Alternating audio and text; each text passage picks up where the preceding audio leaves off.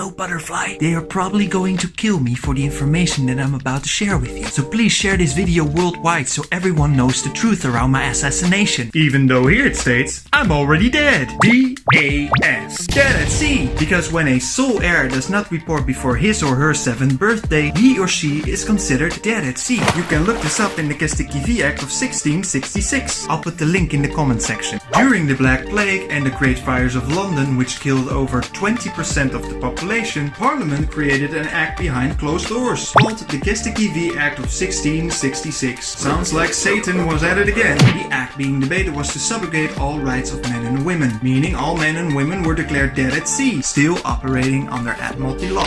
They found it simpler that way because of the millions of people who lost their life during the plague and because they lost account of all the bodies. The State of London took custody of everybody and their property into a trust. The state became the trustee, holding all the titles to the people and their property just for safekeeping, until a living man comes to reclaim all those titles. This way of thinking sounds familiar. I see several priorities for the global agenda. We must continue to fight. Shut up, Klaus!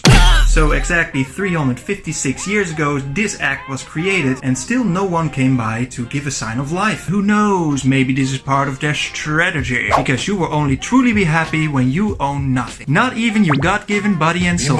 Let's just read and decipher the first two phrases of this act, shall we? An act for redress of inconveniences by want of proof of the deceases of persons beyond decease or absenting themselves upon whose lives estates do depend. That sounds Chinese to me. Let's translate. It actually says an act for remedy of inconveniences due to the lack of evidence of the deceased individuals beyond the seas who absented themselves and abandoned their life estates. Okay, that's just what I thought.